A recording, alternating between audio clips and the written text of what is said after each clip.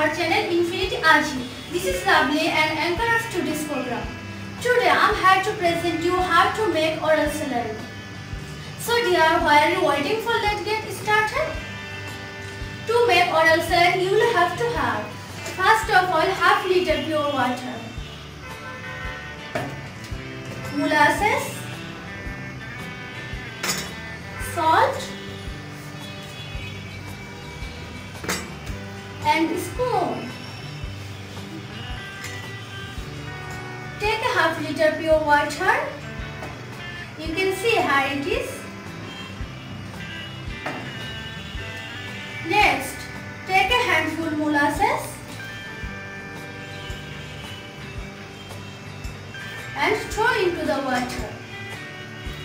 After that, take a pinch of salt and pour into the water.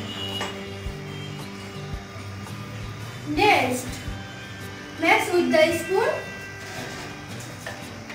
properly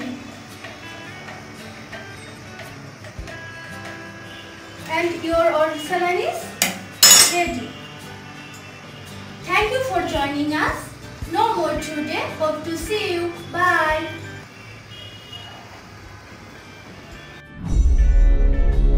Speaking today. Focus gently.